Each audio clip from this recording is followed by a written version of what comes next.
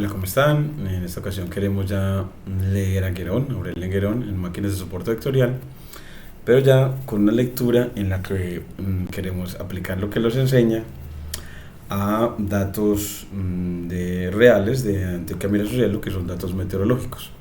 Entonces queremos aplicar la máquina de soporte vectorial para predicción. Entonces vamos a abrir el libro de Guerón, su tercera edición.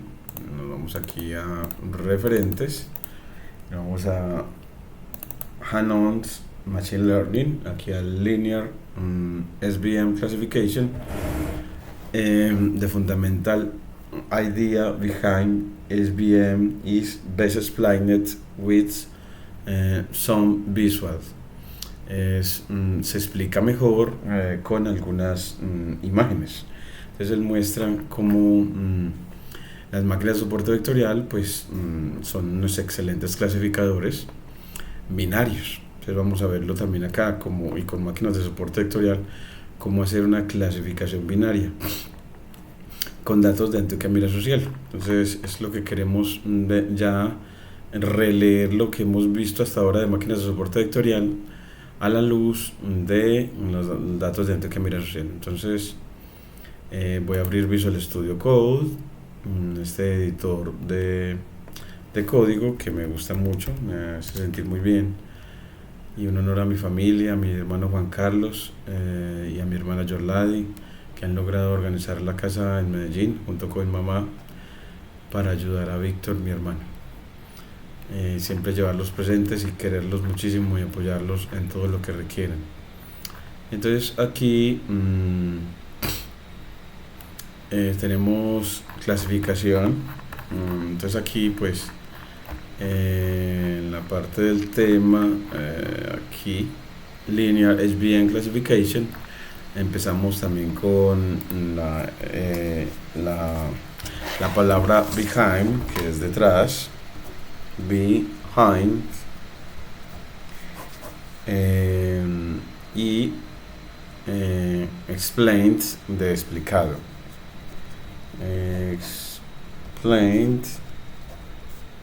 explain, de explicado.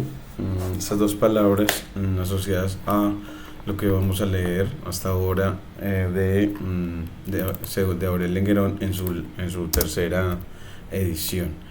Bueno, entonces aquí hemos visto que las dos clases pueden claramente ser separadas fácilmente cuando una línea recta, straight line, they are linearly separable. O sea que cuando una línea puede separar a dos clases, hablamos de que ellas están linealmente separables, o que las dos clases son linealmente separables. Linearly separable. Linearly separable. Bueno, entonces acá, bueno, entonces nosotros vamos a ver si podemos tener algo así, y si no tenemos algo así en una clasificación binaria, pues entonces buscamos entonces una máquina de soporte vectorial que sea para separación no lineal. Entonces vamos a tomar los datos de Antioquia Mira su cielo. Entonces importamos import pandas as pd, y nos vamos a ir referenciando también de la página de Guerón sobre máquinas de soporte vectorial. Entonces aquí en Linear SVM Classification, bueno, pues creo que será bueno aquí en los referentes. Esto va a ser sobre aquí me falta el main concept, que en este caso sería máquinas de soporte vectorial, SVM. Y ese va a ser para el concepto A. Entonces aquí va a ir main concept. Y bueno, y aquí ya seguiremos poniendo los demás conceptos. Los seguiremos guardando aquí con el método render. Le vamos a poner aquí coma slash, aquí le ponemos directory, el directory, y le vamos a decir dónde guarda este mapa conceptual acerca de clasificación lineal. Entonces en investigación, en didáctica en ciencia de datos, alrededor en la carpeta de imágenes, imágenes de los referentes en cuanto a Guerón, en el capítulo 5 sobre máquinas de soporte vectorial. Pues aquí, para recordar que el capítulo 5 es sobre máquinas de soporte vectorial, ponemos aquí SVM, Support Vector Machine, y aquí entonces ponemos las imágenes. Entonces le decimos propiedades y que nos dé este path de esta carpeta. Control C. Y bueno, ese siempre me toca, me queda faltando 5 chapter guión SVM. Entonces aquí le ponemos como una cadena de caracteres, y aquí 5 chapter SVM. Entonces aquí él nos guarda el mapa, es ahí, de aquí nos quedó, y aquí nos lo guarda hasta ahora con el concepto de SVM o máquina de soporte vectorial. Entonces siempre vamos haciendo el mapa conceptual en la medida que vamos avanzando en la lectura y el diseño de cada uno de estos cuadernos de enseñanza de la ciencia de datos. Entonces ya tenemos este espacio para el mapa conceptual. Esta parte es de asignación de ejercicios de tarea, y bueno, aquí para visualizaciones tabulares con Plotly Express, y en el que quiero utilizar Plotly Express con px.skater, porque creo que me genera, tiene una posibilidad de generar el skater, pero como un diagrama, mapa de calor. Entonces quiero utilizarlo también, esa idea tan bacana. Y aquí en los referentes, poner del cuaderno, ya el vocabulario lo estamos dejando arriba, en los referentes del cuaderno, a Guerón. Entonces que esté precisamente el cuaderno de Guerón de máquinas de soporte vectorial. Entonces aquí vamos a ponerlo, vamos aquí en internet y nos vamos a, se le da GitHub para ir a la red social, le va a github.com, y cuando estás en él le dices slash a Guerón para ir a la cuenta de Aurelien Guerón, y se va a hands-on ml-ml3, que es un libro en versión 3, el que nosotros leemos, y aquí él en la red social nos deja, nos comparte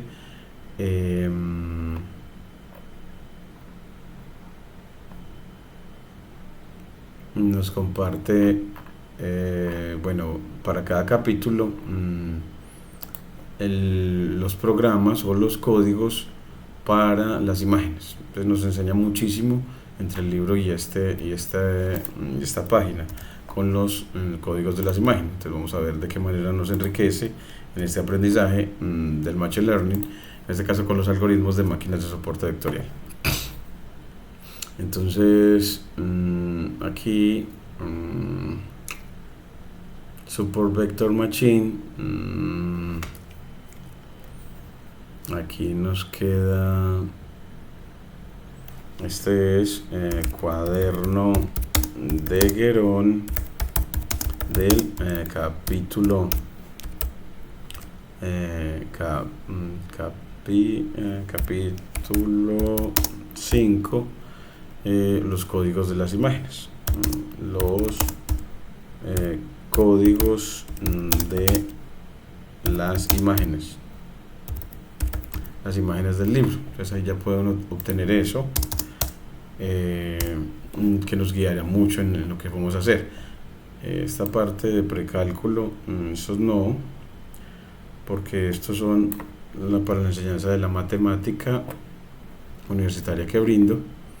Estos son de ChatGPT, LaTeX, que lo requerimos, Guéron, su libro de Guéron, y el de McKinley, este de Ledesma, modelización matemática, este no. Entonces así ya renovamos los referentes, y ya vamos renovando cada vez más el cuaderno, y hasta aquí entonces ya tenemos ya siempre bastante organizadito del cuaderno. Y ahora subimos hasta acá a obtener los datos. Entonces volvemos otra vez para obtener los datos y construir la máquina de soporte vectorial. Entonces acá importamos pandas y estos datos para máquina de soporte vectorial. Entonces aquí le vamos a poner datos o df, y llamamos a la función pd.read_csv, y previamente le damos la URL de donde están los datos y nos vamos a GitHub y los obtenemos. Entonces aquí nos vamos a GitHub y los obtenemos aquí, didáctica de ciencia de datos, y aquí en dataset, y nos vamos a los de Antioquia mira su cielo, los datos de Caucasia, desde junio 1 de 2023 hasta abril 25.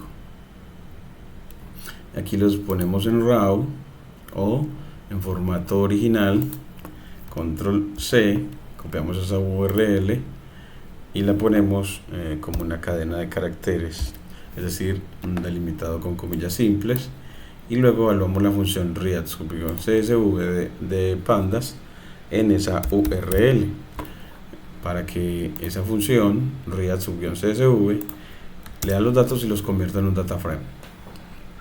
Y mire que él lo hace rapidito. Como estos datos son una serie de tiempo, siempre le vamos a agregar el parse date,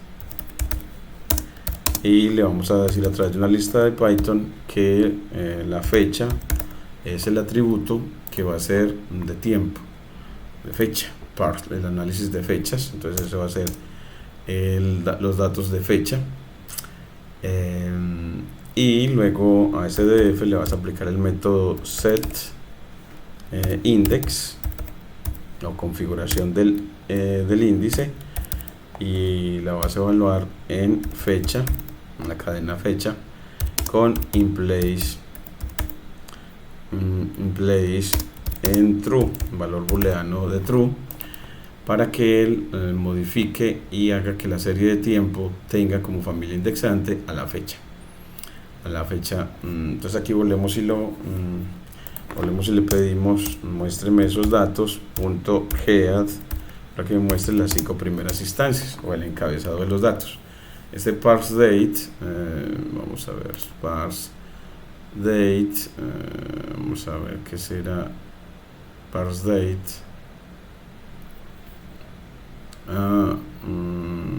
Parse date creo que está bien. Vamos a copiarlo de nuevo a ver si fue que me equivoqué en la sintaxis. Parse dates, es en plural. Parse dates, y es porque le da en la lista de Python unos posibles atributos que son de fecha. En este caso hay solo uno, pero entonces de ahí que el nombre viene en plural. Y ahora, ya que lo pusimos en plural, el atributo parseDates ya nos va a traer los datos.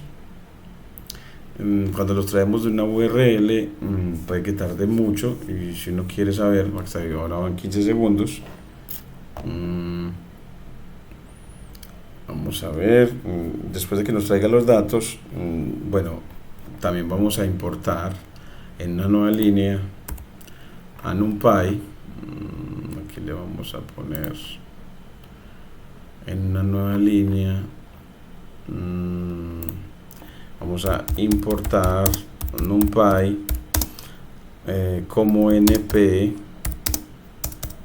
y para crear una variable aleatoria con la función choice del módulo random. Entonces, con np.random.choice le vamos a dar una lista de posibles valores en una variable binaria, que va a ser, bueno, esto me parece como muy bonita cuando es 1 y menos 1, como para clase positiva y clase negativa. Entonces, aunque es usual también en ciencia de datos, la clase negativa denotarla con 0 y la clase positiva con 1. Entonces aquí voy a ponerle a crear unos valores posibles de 0 y 1 para indicar la clase positiva y la clase negativa. Entonces esos podrían ser como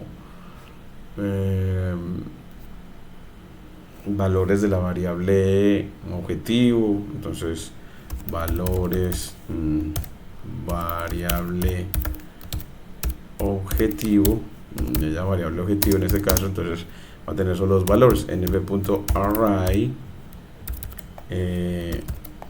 y en esta lista de Python le ponemos que esos dos valores son 0 y 1, y él va a elegir de esos valores de la variable objetivo cuántos, pues le dice con size, creo que es con el parámetro size, le dice cuántos valores aleatorios va a crear. Entonces va a crear tantos como la longitud del data frame, entonces del DF que tenemos, tantos como esa longitud del DF son el número de instancias o filas. Así me va a decir cuántas, vamos a crear tantos valores objetivo como observaciones haya de tiempo, en este caso. Entonces así creamos a valor objetivo, y al crearla la vamos a llamar Y. La creamos y la llamamos Y. Entonces así importamos, mire que ya nos quedó, y si quiere ver esa variable Y, bueno, pues le podemos decir, bueno, Y, escribimos simplemente el nombre y nos muestra sus 3 primeros valores y sus 3 últimos. Y si queremos ver la longitud de ese vector, le ponemos len de y me dice que ese vector tiene 312.414 datos. Y vamos a ver que el data frame, cuando le aplicamos aquí el punto info, aquí le vamos a poner al df el punto info para que me haga la primera resumen de los datos. Nos dice que los datetime index son 312.434. Entonces creo tantas variables objetivo como bueno, tantos valores de la variable objetivo, tantos como observaciones hay en la serie de tiempo. Y mire que entonces ya los atributos, bueno, son uno que es no nombrado, el nombre completo, el estado, temperatura, presión, humedad y precipitación, en la que todas son numéricas excepto el estado y el nombre completo de la estación. Y AdNamed es una variable de tipo int. Bueno, hasta ahí tenemos ya los datos. Los datos predictivos como arreglo de NumPy, los podemos ver. Bueno, pues yo puedo a este DF quitarle este AdNamed, el nombre completo y el estado, para solamente quedarme con temperatura, presión, humedad relativa y precipitación, para que sean los predictores de esta variable objetivo binaria. Entonces aquí vamos a decirle en la siguiente línea, en la que vamos a hacer selección de atributos, le decimos que df se vuelva df corchetes y selecciono temperatura, presión, aquí presión, coma, humedad relativa y precipitación. Y me quedo con esos. Precipitación.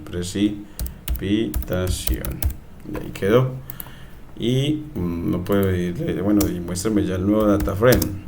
Y mire que nos lo muestra con la familia indexante, que es la fecha, como le pedimos antes, y con la temperatura, presión y humedad relativa. Esos van a ser mis predictores, teniendo en cuenta la familia indexante, que sea la fecha en este caso la vamos a dar como la familia indexante, pero para otras predicciones la tendremos como un atributo.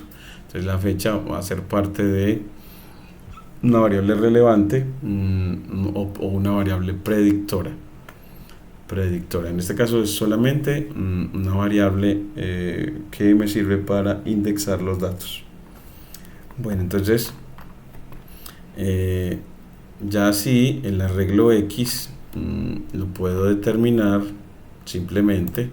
El arreglo X de predictores como arreglo en NumPy lo hago cogiendo a este df, le aplico el atributo values, que convierte ese data frame en un arreglo de NumPy, y lo guardo en la variable X, así. Entonces la variable X va a ser df.values, y mire que ya la variable X me da como un arreglo de NumPy, un array. Y así se le entregamos, así tendríamos a los predictores X y a la variable objetivo Y como predictores y etiquetas, predictores y target o variable objetivo. Entonces así ya nos faltaría como, bueno, y dame la máquina de soporte vectorial, pero si uno quiere ver si los datos, bueno, como vamos a utilizar los 4 atributos, no vamos a hablar de separación lineal. Entonces vamos a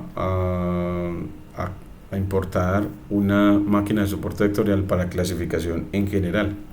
Entonces vamos a ir aquí a Geron y le decimos, bueno, no queremos clasificación lineal, a pesar de que hay solo 2 clases, porque no vamos a considerar solo 2 atributos, sino todos 4. Quiero verlo con los primeros 4. Y después ya me bajo a 2.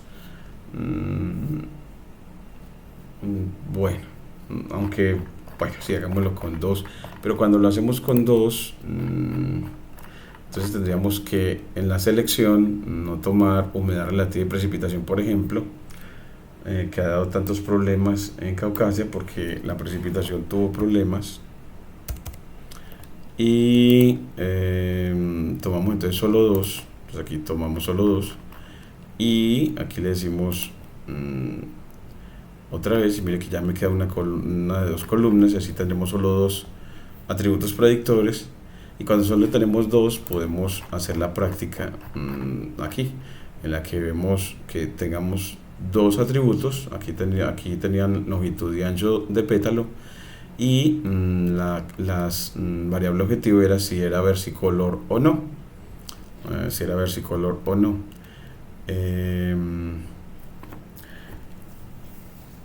Entonces aquí vamos a tener 2 atributos y podemos graficarlos. Entonces vamos a hacer la graficación para ver las 2 clases. Entonces vamos a ver si nos queda las 2 clases. Miremos cómo nos quedan esos 2 gráficos. Entonces hagamos la visualización. Entonces vamos aquí a ponerle título, visualización de las 2 clases. Entonces eso, vamos a ver si tenemos separabilidad lineal. Entonces visualización de las 2 clases. Entonces para esa visualización lo hacemos con Matplotlib, que lo manejamos muy bien. Es una librería de visualización científica muy bacana. Entonces hacemos import matplotlib.pyplot as plt y bueno, pues uno le dice grafiquemos la clase positiva. Entonces, bueno, si uno sigue una metodología que me gusta mucho y es crear la figura, entonces creas la variable fig con plt.figure figure y le das un tamaño a la figura con a través del parámetro figSize o tamaño de la figura a través de una tupla de Python, es decir, un par ordenado que dice cuánto de ancho, 12 por 8 de alto en pulgadas. Entonces así creaste la figura, creas el lienzo. Si le corres no te lo muestra, simplemente creas el lienzo o el rectángulo donde vas a graficar y después creas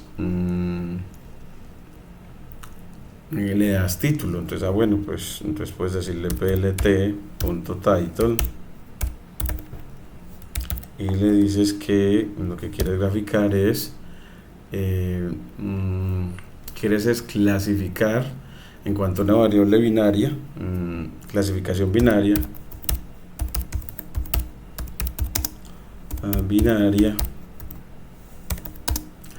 que eso puede ser como llovió o no llovió, por ejemplo, en términos de dos variables meteorológicas, que son temperatura y presión. Entonces, en términos de dos variables meteorológicas.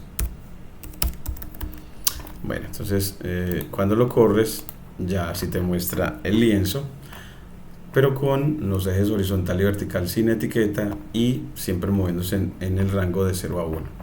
Entonces para darle etiqueta vamos a darle como un menor tamaño, hagámosle nada más 10 por 7, no nos quede tan grande. Bueno, todavía está como muy grande, dejémoslo como en 8 por 6, aquí nos quede como un poquitico más fácil de ver. Y ya con el título después le dices, bueno, necesitamos qué variables vas a comparar o a ver o a graficar, a comparar o a ver cuál es su relación. Entonces dices, bueno, pues esas variables son plt.xlabel, la primera variable que va a ser temperatura,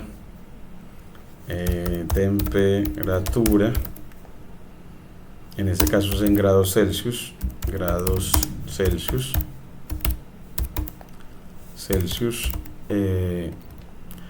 y con el eje Y, con plt.glabel,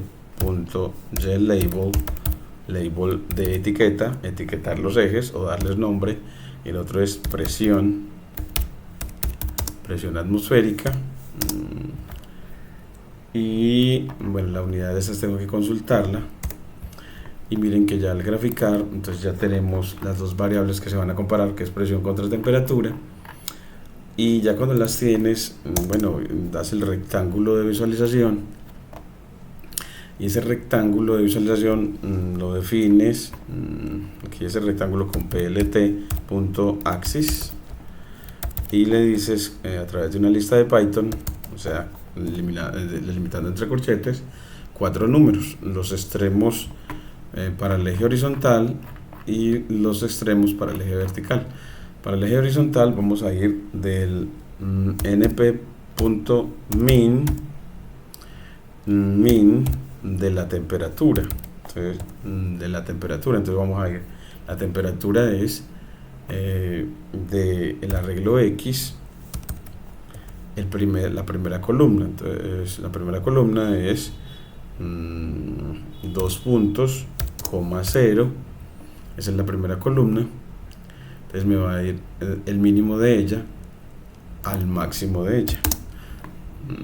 Entonces que va a ser del mínimo de temperatura al máximo de temperatura, o sea, np.max de la temperatura x de 2 puntos, 0, que me tome todas las filas y excepto y solamente la columna indexada con 0, y luego se vaya de manera análoga al mínimo y al máximo, pero de la segunda columna. Entonces control C, copiamos, control V y nos vamos a la segunda columna, 1 y 1, y aquí ya nos define el rectángulo. Y miren que ya nos queda que la temperatura se mueve de 22 a 38 grados, que es la temperatura usual en Caucasia, y la presión se mueve de 1004 a 1014.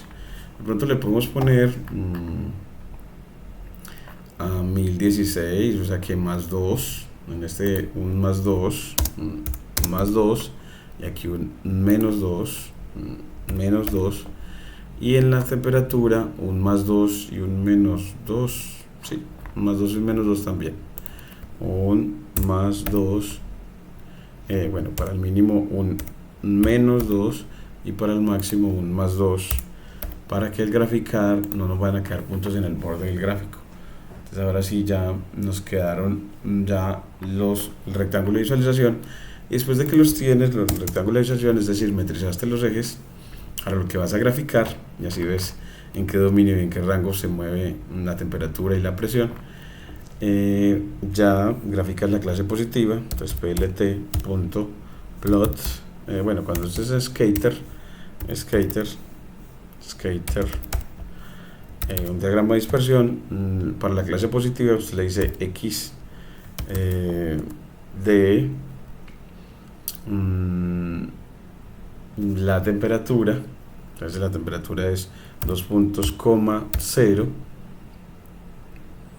que es el primer atributo, contra x de 2.1 contra la presión, entonces temperatura contra presión, pero la clase positiva es siempre que, entonces le ponemos corchete, siempre que y sea igual, para los y que son iguales a clase positiva, que es el 1, y aquí de igual manera para los y que son iguales a 1.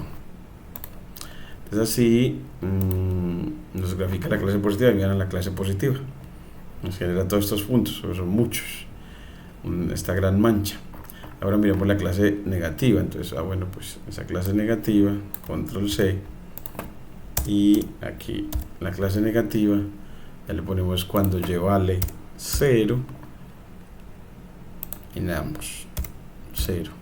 Entonces ya con eso nos grafica la clase negativa y bueno, nos muestra como superpuestas. Pareciera como simplemente, que raro, siendo que no debería, porque pareciera como, bueno, no son linealmente separables, antes se superponen una sobre la otra. De pronto porque la variable que elegimos,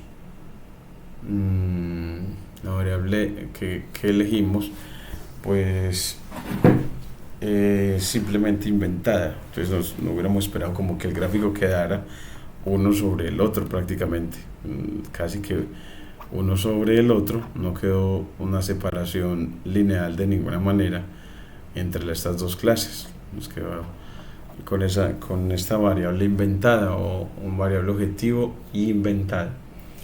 De pronto, que pudiéramos hacer así, es una sorpresa verlo así, pero bueno, entonces recordemos cómo se graficó clase positiva. Entonces esta es para la graficación de la clase positiva, graficación de la clase positiva, y esta graficación de la clase negativa, graficación de la clase negativa. Bueno, esta función choice también convendría a uno cuando genera números aleatorios, el ver su documentación para conocer su naturaleza, porque los números aleatorios que escogió, de qué manera los puede uno cambiar la manera de selección aleatoria que haga. Entonces pidámosle con np, o le podemos escribir numpy.random.choice, y él ya se va a la documentación de esta función y así puedes ver las cualidades de esta función. Entonces, control más y ver que tiene el parámetro A, el parámetro size, el parámetro replace en true y el p en none. Entonces aquí dice que generates a random sample from a give 1D array. Entonces nos da un arreglo unidimensional o un vector unidimensional de una muestra aleatoria generada o una muestra generada de manera aleatoria. Y aquí nos muestra que el parámetro A es para un arreglo unidimensional de NumPy, de ahí el nombre ArrayLike, o un entero. Y size es un entero o una tupla de enteros, y su salida output shapes, la forma, y si nos da un arreglo así, un output shapes, como por ejemplo este, entonces bueno, aquí nos muestra como qué muestra nos va a generar. Aquí replace es un booleano y dice que whether the sample is with or without reemplaced. Default true, por defecto está en true, reemplazar. Y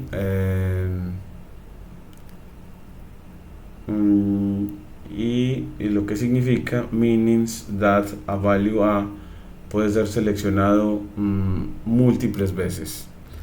Entonces esos valores con reemplazo, así nos dice que el valor A puede ser seleccionado múltiples veces. Y con P1 un D array, bueno, en el parámetro P nos dice que la probabilidad asociada con cada entrada de A, es decir, que yo le puedo dar unos valores más posibles que otros, que darle más posibilidad a una clase que a otra, una probabilidad de que algo a uno de los valores que a otro. Entonces puedo darlo a través de el parámetro P. Y aquí nos muestra que también hay otras funciones asociadas a esta. Nos pide a roundings, a shuffle, a permutation y a random generator choice. Y aquí nos muestra ejemplos de utilización. Entonces, por ejemplo, con enteros 5,3 y nos genera en el rango de 0 a 4, creo que de 0 hasta 4, números aleatorios. ¿Cuántos? 3. Entonces me generó un arreglo 3-dimensional, un vector 3-dimensional o un vector de 3 componentes. Aquí con choice, aquí mire con el P, entonces aquí ya le puedo decir que el primer valor de los 1, 2, 3, 4, 5, de los 5 que toman aquí desde el 0 hasta el 4, el primero sea de una probabilidad de ocurrencia de 0.1, el otro de una probabilidad de 0, es decir, no quiero que aparezca el 1, el otro de un 30%, el otro de un 60% y el otro de 0, es decir, no quiero que aparezca el 4. Y así mire que aparecieron el 3 y el 0. Si le pido nada más 3 veces, me parece muy bacano esta función así. Y aquí ya también para cadenas de caracteres, es que yo también puedo elegir de un arreglo, una lista de Python de cadenas para que él me haga un array de cadenas seleccionadas de esta lista de cadenas. Esta lista muy bacano, esta documentación que nos muestra el trabajo que hace Choice en este caso. Entonces no tendríamos como separabilidad lineal en este caso. Bueno, como para lograr separabilidad lineal, para poder comprobar lo que el Guerón nos da, deberíamos trabajar entonces con otro. Bueno, entonces esta exploración siempre nos sirve como para ver la naturaleza de esta función, y esta documentación también la dejamos dentro de nuestros referentes la documentación de la variable de la función choice del módulo random. Entonces aquí le ponemos en segunda instancia la documentación de la función choice. Entonces documentación de la función choice,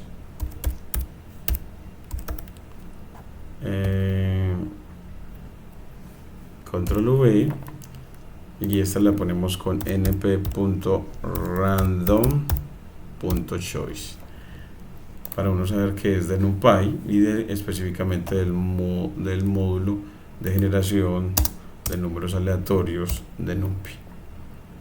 Y aquí ya tenemos entonces ya todo esto, y bueno, esto también se puede la capacidad de memorizar resultados, en este caso del vocabulario. Entonces vamos a dejarla aquí. Este no lo hemos utilizado, entonces borremos este y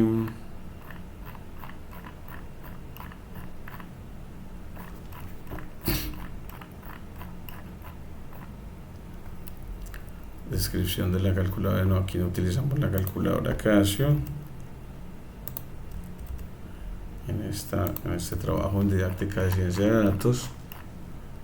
Y esa es la parte de asignación de tareas, está en el mapa conceptual, y ya aquí tenemos pues la graficación que obtuvimos en este caso para la clase positiva y la clase negativa, que nos quedó igual. Qué curioso.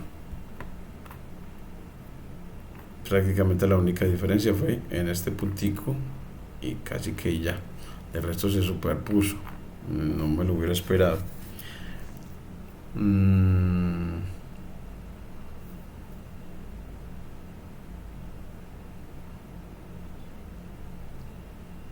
cuanto a esta variable binaria,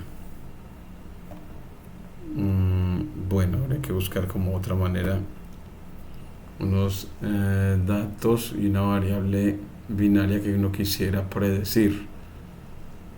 Una variable binaria interesante, habría que pensarlo.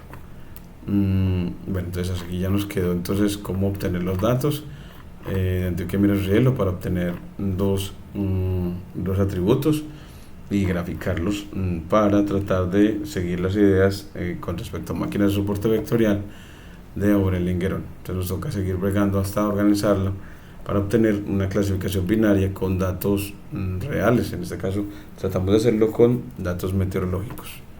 Muchas gracias.